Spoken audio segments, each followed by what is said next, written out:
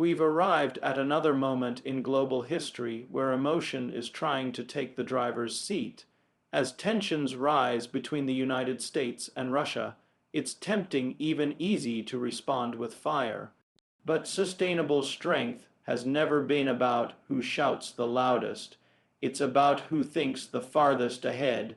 Strategic independence isn't about withdrawing from the world or threatening it. It's about making sure the decisions we make about energy, technology, defense, and diplomacy are made freely, not under pressure or dependency.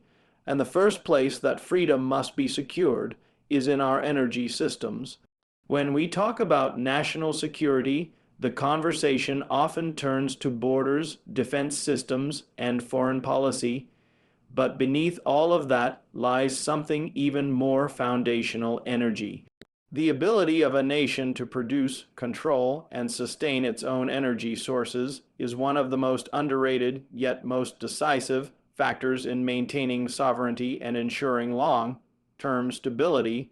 Without energy independence, every other form of independence becomes vulnerable.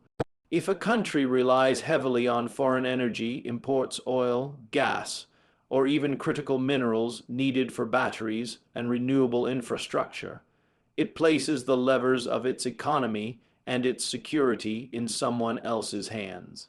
That doesn't just apply in times of war or political tension. It applies every day. It means domestic policies can be shaped or constrained by global supply chain disruptions, market manipulation, or diplomatic breakdowns. That's not theoretical. That's the reality the world faces now, as we've seen how quickly fuel prices can spike based on decisions made in regions far beyond our control.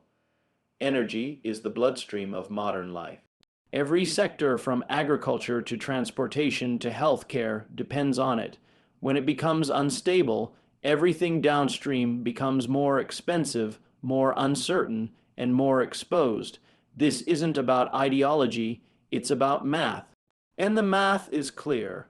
The more energy a nation can generate domestically, sustainably, and reliably, the more leverage it has to shape its own future. But it's not just about producing more energy. It's about producing better energy. Cleaner, more resilient systems don't just help mitigate climate risk, they help protect economies from shocks. Solar panels and wind farms don't need to be imported month after month. Batteries, once produced at scale domestically, offer long-term storage that oil tanks never could. Smart grids and AI-optimized distribution can make every megawatt go further, reducing waste and increasing strategic flexibility. Transitioning to clean energy isn't a luxury or a political preference anymore. It's a necessity for competitiveness, for resilience, and for national defense. The countries that lead in this transition won't just enjoy lower carbon footprints. They'll enjoy more control, more jobs, and more insulation from the volatility of global markets. There's also a strategic cost to delay. Every year of over-reliance on fossil fuel imports is another year of strategic vulnerability. Every dollar sent overseas for energy is a dollar not invested in domestic innovation. And when that money goes to regimes that don't share democratic values, we're not just losing leverage, we're inadvertently financing systems that work against our interests.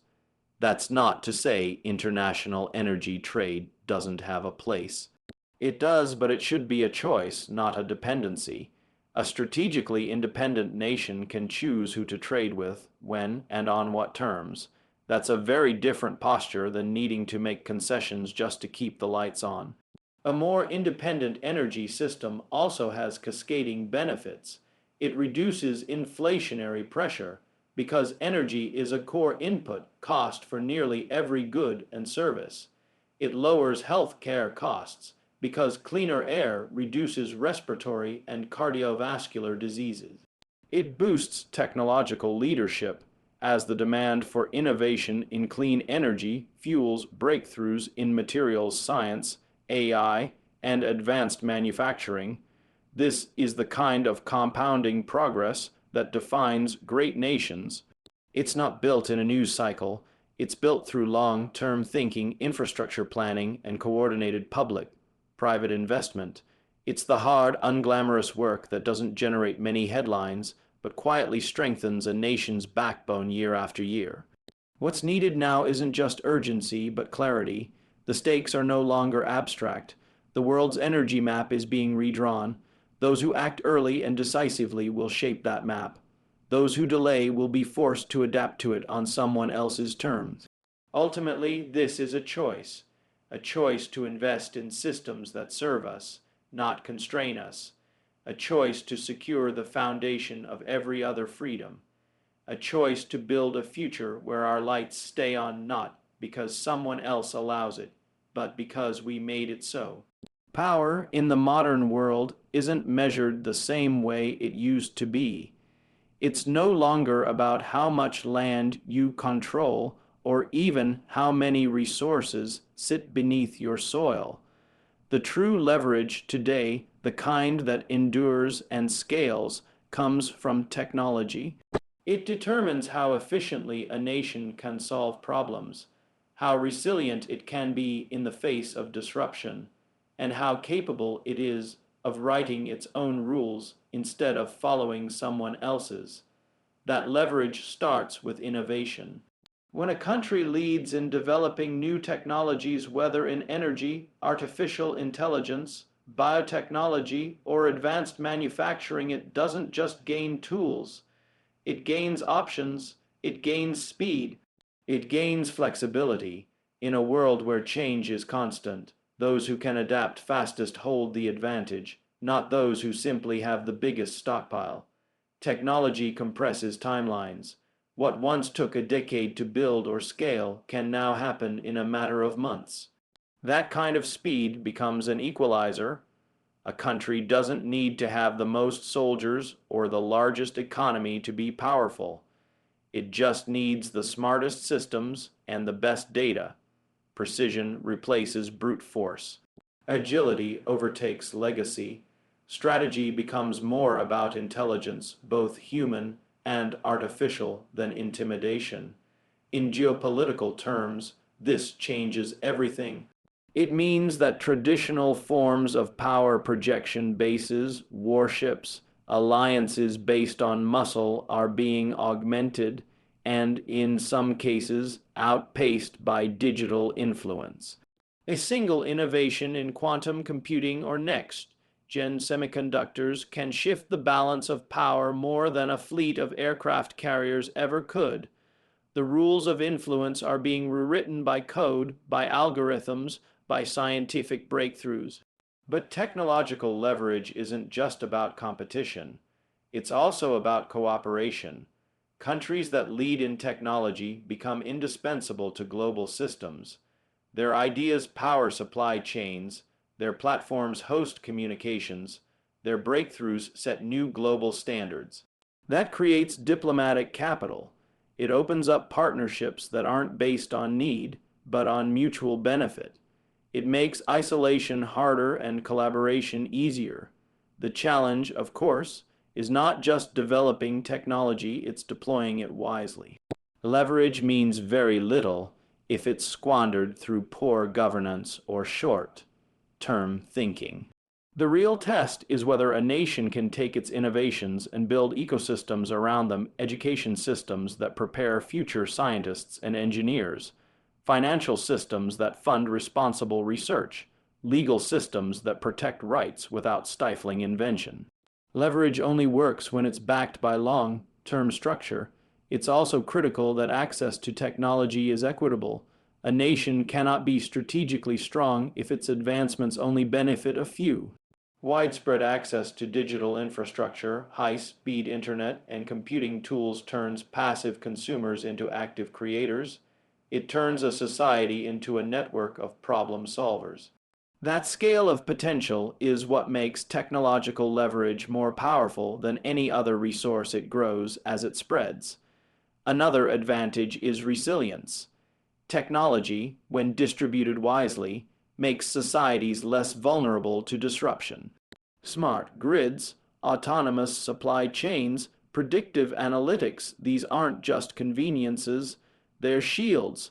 They allow systems to continue functioning even under pressure, to anticipate shocks before they arrive. And in a world increasingly shaped by instability, that kind of foresight is worth more than any conventional defense system.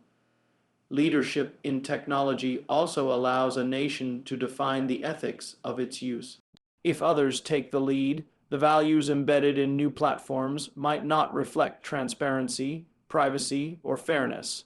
But if a nation sets the pace, it can help ensure that technology empowers individuals rather than controls them. That influence is subtle, but it's real and it lasts longer than sanctions or speeches. Ultimately, technology is the lever that can move the future. It allows nations to amplify every other strength, economic, environmental, strategic, while minimizing dependency and fragility. The countries that understand this are investing not just in research, but in the institutions that sustain it. They know that the most important race isn't against each other, it's against complacency. The question isn't whether technology will shape the next chapter of global history. It's who will shape the technology. The answer will depend on which societies make the choice to lead, not with force, but with innovation. Those that do won't just compete, they'll define what competition even means. Every era defines itself by the investments it chooses to make. Some choose to invest in confrontation in bigger armies, more advanced weapons, and an endless cycle of preparation for conflict that might never come. Others choose to invest in people, in ideas, innovation, and systems that create opportunity.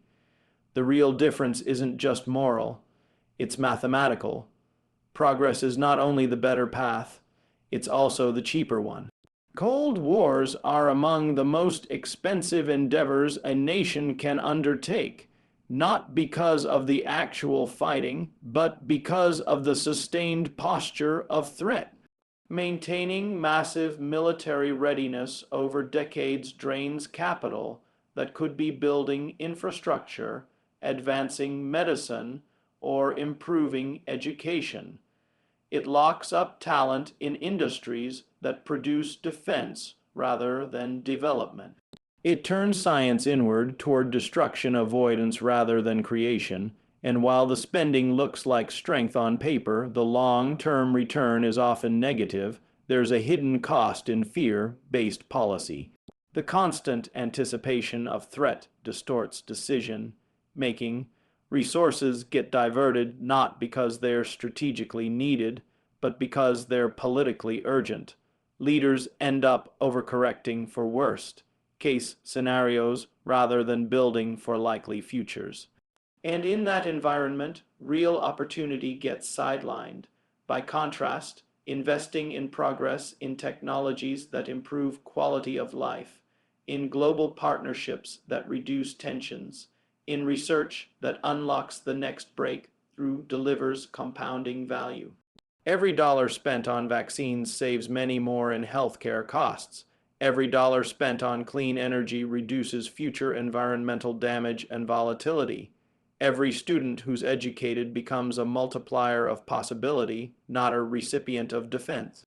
This isn't an argument for naivety. There are real threats in the world, but meeting those threats by continually expanding Cold War machinery is like fixing a leaky roof by building more basements. It doesn't solve the root problem. And over time, it limits a country's ability to respond to new types of crises, pandemics, cyber attacks, climate shifts that don't conform to traditional battle lines. One of the biggest lessons from recent global disruptions is that soft power, the ability to inspire, to lead by example, to share solutions, is more durable than coercion. The countries that weathered crises best weren't always those with the most weapons. They were those with the most resilient public health systems, the most agile innovation sectors, and the most trusted institutions. That's not a coincidence. That's the result of decades of progress-focused investment. In moments of geopolitical tension, it's easy to fall into a reactive mindset, to default to the idea that the safest path is the one with the biggest arsenal, but the safest path is the one with the deepest resilience. That doesn't come from stockpiling threats. It comes from multiplying strengths. There's also a generational cost to cold wars.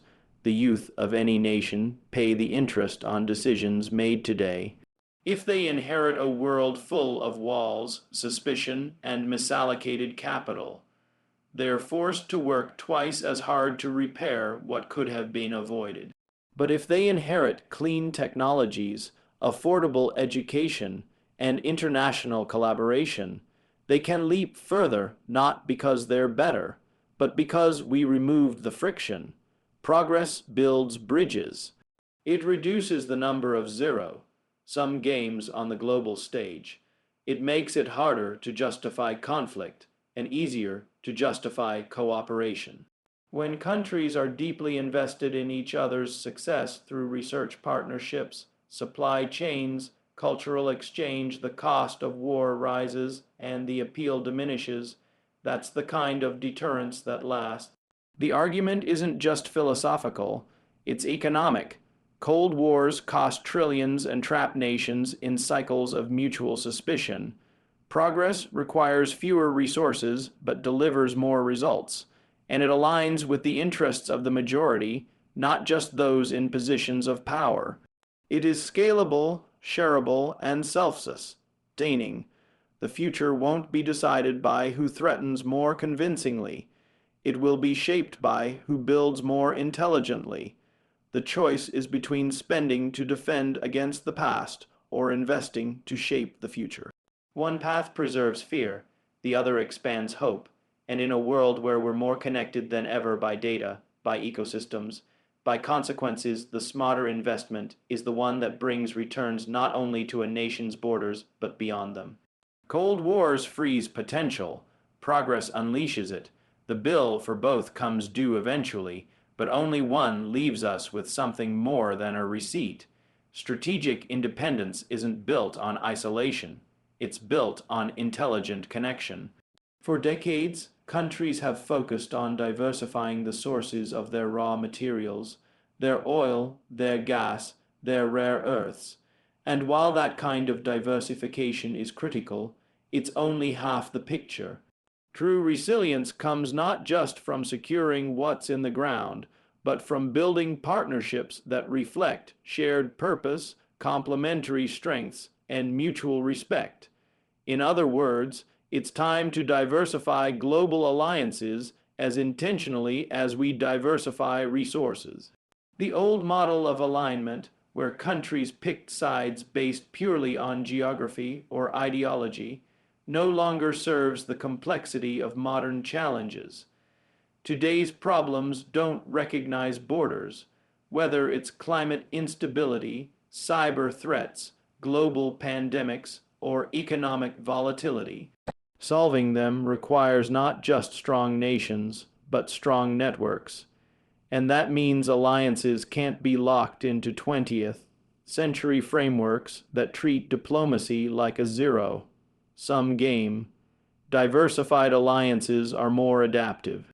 They give countries the ability to collaborate across sectors, energy, health, technology, education. Without being constrained by rigid political lines, they make it possible to co-invest in solutions with nations that bring fresh insights, even if they don't share every worldview. In a multipolar world, flexibility is strength. Dependence on a single power, even a friendly one, can become a strategic liability when interests eventually diverge. There's also a productivity benefit. Diverse alliances unlock access to new markets, new ideas, and different models of innovation. They reduce risk by spreading exposure across multiple economies and political environments. Just as investors protect their portfolios through diversification, nations can protect their futures by forming broad, balanced coalitions. The return on that kind of strategy isn't just security, it's opportunity. This doesn't mean abandoning historic alliances. It means modernizing them. It means recognizing that no one country, no matter how powerful, can dictate the direction of global progress alone. Influence must now be earned by cooperation, not dominance. When countries invest together in green energy, in digital infrastructure, in public health, they don't just solve problems faster. They bind their futures together in ways that make conflict harder and peace more profitable. It also requires looking beyond traditional partners. Emerging economies, many of which are rapidly developing talent and infrastructure, hold the key to the next wave of global growth. Ignoring them because they haven't historically been in the inner circle of Western alliances would be a mistake. These countries are not just resource-rich, they're idea-rich. Their experiences navigating volatility, adapting rapidly, and innovating out of necessity provide lessons more developed nations would do well to study. Strategic relationships must also reflect shared values, transparency, accountability, equity, but that doesn't mean every partner needs to be identical. Diversity of experience creates more resilient systems. It broadens the problem-solving toolkit. The goal isn't uniformity, it's interoperability. When countries can coordinate despite differences, they're better equipped to handle real-world complexity. This kind of alliance building isn't just for governments. It includes private sector partnerships, academic collaborations, civil society networks. The more layers of engagement between people, institutions, and businesses across borders, the less fragile the overall system becomes. A resilient global future can't rest on a handful of state-level agreements. It needs distributed cooperation that's embedded in daily life and long-term planning. Diversification also protects against shocks. When a major conflict, disaster, or economic collapse hits one region, nations that are deeply connected across multiple fronts can reroute trade, reposition supply chains, and support continuity of operations. That's a competitive advantage far greater than any single contract or commodity deal. It's the difference between being reactive and being ready. This is not about being neutral, it's about being nimble. It's about building a web of relationships that reflect both national interests and global realities. In a world where power is more diffuse and interdependence is unavoidable, the smartest strategy is to multiply trusted partners, not just contracts, but connections. If nations want a future, proof their position, they must think the way innovators do: stay open, stay agile, and stay connected. The ones that build wide-ranging, purpose-driven alliances will be the ones with the clearest choices and the strongest hands. Those who remain locked into narrow dependencies may find their options limited when the world shifts, because it will. Diversifying global alliances isn't a luxury, it's a safeguard. It gives a nation room to maneuver without sacrificing values. It expands not only its reach, but its resilience. And in the end, it sends a clear signal: we don't seek to dominate the world. We seek to build a world where domination isn't necessary. In times of uncertainty, the loudest voices often come from those who are the angriest. That's understandable.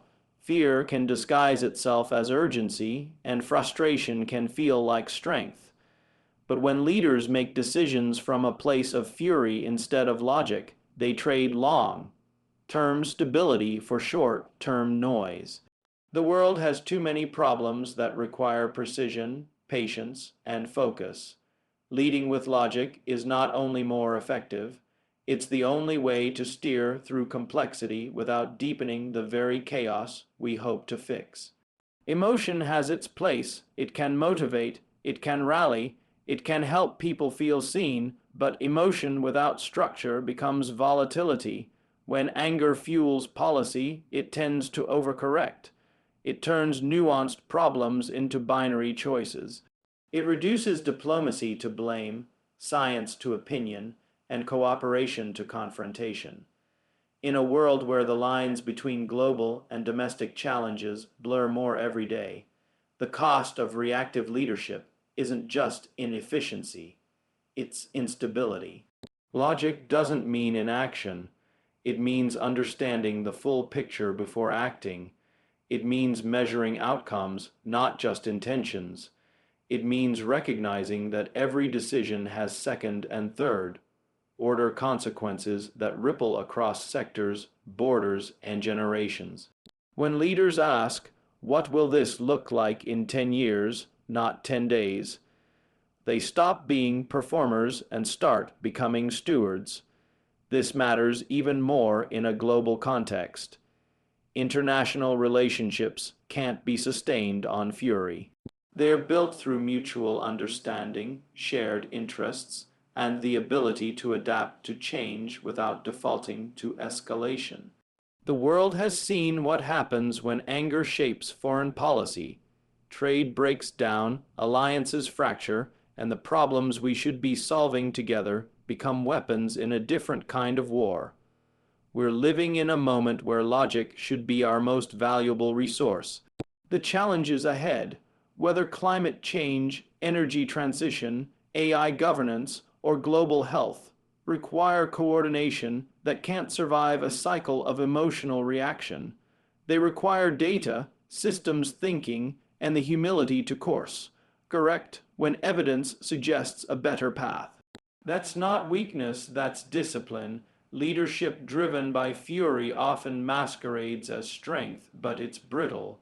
It builds walls instead of bridges, it isolates instead of aligns, and it demands loyalty instead of delivering results. By contrast, leadership driven by logic builds frameworks that last. It creates environments where the best ideas can surface regardless of where they come from. It centers performance over personality. The truth is, we've never had more tools to think clearly. Data is abundant. Analysis is faster than ever. Collaboration is easier across time zones, industries, and ideologies. What's often missing isn't information.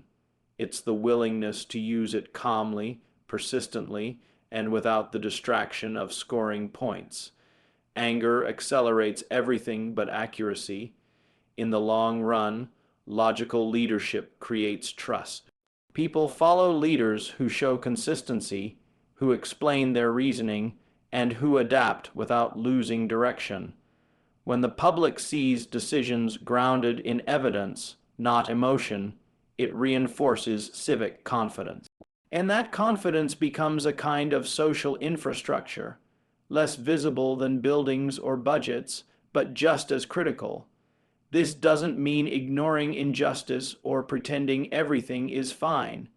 It means confronting problems with solutions that work, not just statements that stir. It means remembering that the loudest response is rarely the wisest, and that sometimes the most powerful words a leader can say are, "Let's pause and think." It's also about modeling a culture of problem solving.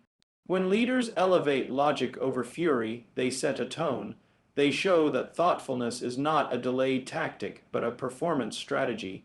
They help normalize dialogue that isn't polarized, action that isn't performative, and disagreement that doesn't descend into dysfunction.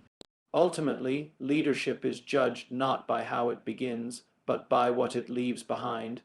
Leaders who burn hot may inspire momentarily, but they rarely build anything that lasts. Those who lead with clarity, reason, and a deep understanding of context may move more quietly, but their impact endures. We can't afford to be governed by reaction. The issues ahead are too interdependent, too high stakes, and too fast moving. Progress will belong to those who stay grounded, who trust data more than drama, and who build coalitions that outlast headlines. The future won't be led by fury. It will be shaped by those who bring logic to the table and invite others to do the same. That's not just smart leadership, it's sustainable leadership, and it's what the world needs most right now. So, when history looks back on this chapter, let it not read that we escalated out of habit or reacted out of fear. Let it say we chose clarity over chaos. Let it show we built tools instead of threats. and let it prove that freedom truly was fueled by wisdom, not rage,